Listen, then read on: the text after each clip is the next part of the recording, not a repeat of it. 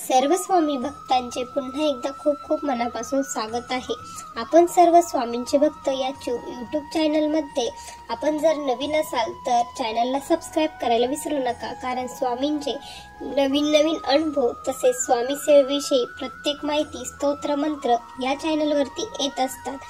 चला तर मग आपण या ताईंच्या शब्दात अनुभवाला सुरुवात करूया। ताई म्हणतात, सर्वप्रथम सर्वांना श्री स्वामी समर्थ महाराजांच्या चरणी त्रिवार वंदन। स्वामी भक्तांनो, माझे नाव पूनम, मी पुण्यातील रहिवासी आहे। मला स्वामींनी खूप आतापर्यंत प्रचिती दिली, अनुभव दिले, पण खूप काही दुःखही मला स्वामींनी दिले। मी 8वीत असल्यापासून स्वामी सेवेत होते। आमचे जे सर होते ते स्वामींचे भक्त होते। त्यांनी स्वामींविषयी आम्हाला सांगितलं। आमच्या गावामध्ये स्वामींचा मठ देखील त्यांनी चालू करून दिला। तेव्हापासून स्वामींच्या आरतीला जाणे, स्वामी चरित्र वाचणे, त्यानंतर तारक मंत्र म्हणणे, कालभैरव अष्टक अशा विविध सेवा तोंडपाठ झाल्या होत्या। खूप सेवा मी करत होती आणि तेव्हा स्वामींनी खूप छोटे मोठे अनुभव देखील दिले। त्याच दरम्यान काय झालं, मी जेव्हा कॉलेजला होते तेव्हा एका मुलावरती माझे प्रेम झाले। मी स्वामींना खूप कौल लावायची की मी याच्यासोबत लग्न करू की नको, हे योग्य आहे की नाही। त्यावेळेस स्वामींचं उत्तर हे मला पॉझिटिव्हच येत असायचं। कधी मी जर काही पूजा केली आणि स्वामींना जर काही म्हटले तर फूल पडणे, अशा खूप शुभ संकेत मला येत असायचे। त्यामुळे मला खूप छान वाटायचं की स्वामींची सुद्धा इच्छा आहे, सर्व काही व्यवस्थित होणार असं मला वाटत होतं।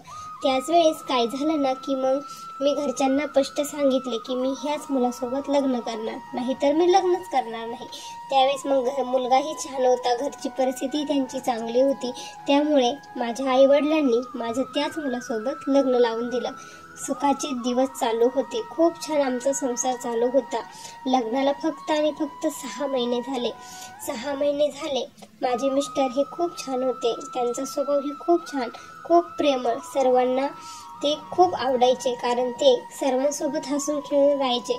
त्यांच्या मनात कधीच कुणाविषयी कपट नसायचं, काहीच नाही, खूप छान स्वभाव होता। म्हणून आमचं खूप छान चालू होतं। त्यानंतर काय झालं, मग माझी स्वामी सेवा ही थोडीफार कमी झालेली होती, कारण नवीन लग्न झाल्यानंतर खूप जबाबदारी असतात, त्यामुळे सेवा ही कमी होती, पण नामस्मरणाची सेवा कंटिन्यू चालूच होती। मग माझे काय झालं ना की म्हटलं आपली सेवा ही खूप कमी झाली आहे। माझ्या मनात यायचं की सेवा आपली कमी झालेली आहे असं वाटायचं, म्हणून मी म्हटलं की आपण आता काहीतरी सेवा करूया। जोपर्यंत आपण संकल्प करत नाही ना तोपर्यंत आपली सेवा ही वाढू शकत नाही। जेव्हा आपण संकल्पित सेवा करतो तेव्हा आपल्या मनाला धाक असतो की आपल्याला ही सेवा करायची आहे, त्यावेळेस खूप सेवा घडते, हे मला माहीत होतं, कळून चुकलेलं होतं। त्यावेळेस मी म्हटलं की चला आपण आता संकल्पित सेवा करूया। मग माझे स्वामी चरित्राचे पारायण चालू होते। त्याच दरम्यान काय झालं ना की माझं 7वं पारायण असेल। 7व्या पारायणाच्या दिवशी माझं वाचन वगैरे झालं आणि मला एक कॉल आला। मी वाचतच होते, 21 अध्यायही पूर्ण झाले नव्हते। मग वाचन करताना मला उठता येत नव्हतं आणि कॉल रिसीव्ह करता येत नव्हतं, फोन सारखा वाजत होता। म्हटलं कोण एवढं सारखं फोन करतं, रोज तर कधी एवढे फोन येत नाही, आज का बरं एवढे फोन येऊ लागले आहे।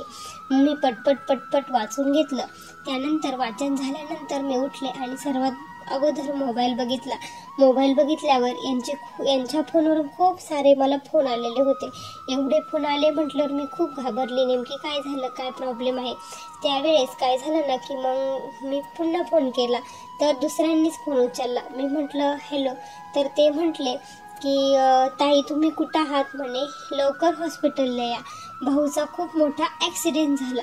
ज्यावेळेस ते असे बोलले ना त्यावेळेस माझ्या पायाखालचीच जमीन सरकली आणि मी खूप रडत हॉस्पिटलला गेली। स्वामींचा धावा चालू होता, स्वामी धावा, मी तुमची खूप सेवा करेन, आतापर्यंत माझ्या सेवेचं फळ द्या, मला माझे मिस्टर पाहिजे आहेत, मला त्यांना वाचवायचं आहे, स्वामी वाचवा, काही करा, तुमच्याशिवाय कोणाचाच आधार नाही। अशी मी सारखी धावा करत रडत होती, पळत होती, कुठे जात होती हे कळत नव्हतं, काय करत होती तेही कळत नव्हतं। खूप मोठं टेन्शन आलं होतं।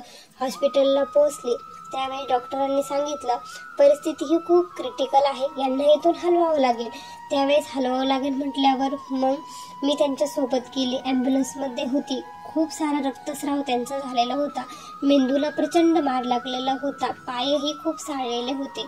मला त्यांच्याकडे बघवत नव्हतं. कंटिन्यू स्वामींचा जप चालू होता. तारक मंत्र चालू होता. खूप ढसढस मी रडत होती. दुसऱ्या हॉस्पिटलला गेले.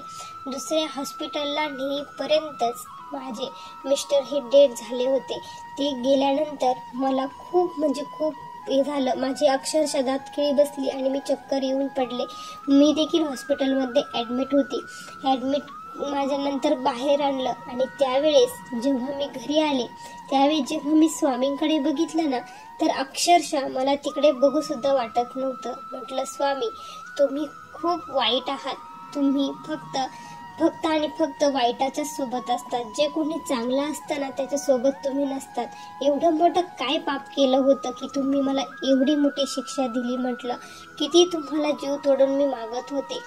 काय चुकलं म्हटलं माझं. आणि तुम्हाला जर हे माहीत होतं तर मला हे शुभ कौल तुम्ही का बरं देत होता? का बरं मला संकेत देत होता की ह्या मुलासोबत लग्न कर? आणि माझंही खरं प्रेम होतं. तुम्ही माझं प्रेम असं हिसकावून माझ्याकडून घ्यायचं नव्हतं. माझं काहीच झालं नव्हतं. फक्त 6 महिने माझ्या लग्नाला झाले होते. त्यावेळेस मी असं म्हटली आणि स्वामींना म्हटलं, तुमचं अस्तित्वच नाही. तुम्ही या जगामध्येच नाही. सर्व लोक तुम्हाला मानतात ते सर्व चुकीचं आहे. आजपासून मी तुमचं नावही घेणार नाही आणि तुमची सेवाही करणार नाही, असं स्पष्टपणे स्वामींना सांगितलं. अक्षरशः दिवा न लावणे, देवाकडे मी बघतही नव्हती. माझ्या मिस्टरांची मला खूप आठवण येत होती. मी कशी जगत होते हे मलाच माहीत होतं. मी फक्त श्वास घेत होती, पण मी मनातून पूर्णपणे मेलेली होती. मग असेच माझे खूप दिवस गेले. मग माझ्या सासऱ्याने त्यांनी सांगितलं की हिचं काहीच वय नाही, तुम्ही हिचं लग्न दुसरीकडे करा. मी आई वडिलांकडे आता राहत होती आणि माझं दुसरीकडे लग्न करा असं जेव्हा ते म्हटले त्यावेळेस मी स्पष्टपणे नकार दिला.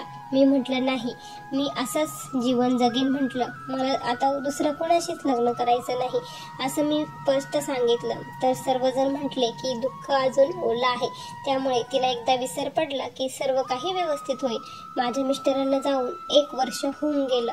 तोपर्यंत मी स्वामींची सेवा केली नाही, काहीच नाही. असंच दुःखामध्ये राहायचे. मी कुठेही जात असली तरी माझ्या मनात कंटिन्यू विचारच असायचे.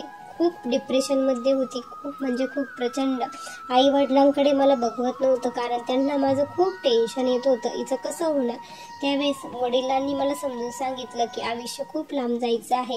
असं वेड्यासारखं करू नको. एकट्या मुलीला याच्यात राहणं खूप अवघड आहे.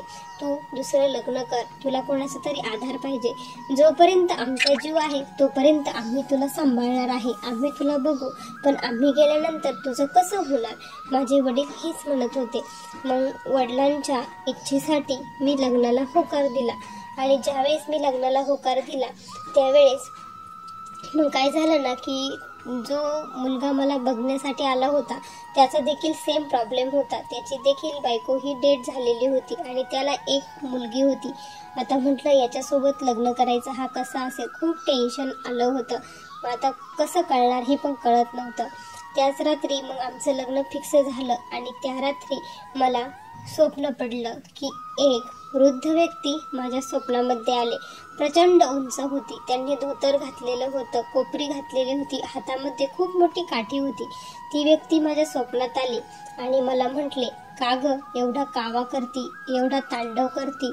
जे आयुष्यात जे आहे, जे नशिबात लिहिलेलं आहे ते आम्हाला देखील बदलता येत नाही. तुझी इच्छा होती, कारण मागच्या जन्मी असंच काही झालेलं होतं. मागच्या जन्मी तू त्याला अशीच सोडून गेली होती. त्यावेळेस त्याने असंच तांडव केला होता आणि या जन्मी तो देखील असंच करणार आणि त्यांनी सांगितलं होतं. त्यामुळे तो तुला सोडून गेला. यात माझी काही चूक नाही असं ते म्हटले आणि आमच्यावरचा राग आता कमी कर असं ते म्हटले आणि अचानक तेथून निघून गेले. आणि त्यावेळेस मी उठले. असं का बरं स्वप्न पडलं? त्यावेळेस क्लिक झालं की हे स्वामी होते. त्यावेळेस मग मी पुन्हा स्वामी सेवेत आले आणि माझं लग्न झालं. दुसरं लग्न झालं. जी मुलगी त्यांची होती अगोदर ती म्हणजे छोटी होती पण खूप शिकून देणारी होती. कारण ती मला खूप अशी सांगायची, गोष्टी वगैरे सांगायची आणि ती माझ्या सासूबाईंसोबत मठामध्ये जात असायची आणि ती देखील तारक मंत्र, स्वामींचं ही सेवा माझ्या समोर म्हणायची आणि मला म्हणायची, आई तू म्हण ना, कर ना. त्यावेळेस असं वाटलं की जाऊ दे, आता जे झालं ते झालं. मी देखील माझ्या संसाराला पुन्हा लागली आहे, तर स्वामींना का बरं हे करायचं, म्हणून मी पुन्हा स्वामीला हे केलं, स्वामींची सेवा सुरू केली. आज मी, माझी मुलगी आणि माझे मिस्टर स्वामींची सर्वजण सेवा करतो आणि जे होतं ते म्हणजे काहीतरी माझ्या प्रारब्धात होतं, माझ्या नशिबाचेच ते भोग होते, त्यामुळे मला भोगावे लागले असं म्हणायला हरकत नाही. पण आज स्वामी कृपेने सर्व काही आनंदी आहे, सुखी आहे. स्वामी अशीच कृपा सर्वांवरती ठेवा, हीच तुमच्या चरणी प्रार्थना. स्वामी भक्तांनो, असा मला आलेला हा अनुभव होता. तुम्हाला हा अनुभव कसा वाटला नक्की मला कमेंटमध्ये कळवा. बघा स्वामी भक्तांनो, किती सुंदर अनुभव होता. तुम्हाला हा अनुभव कसा वाटला नक्की सांगा. श्री स्वामी समर्थ.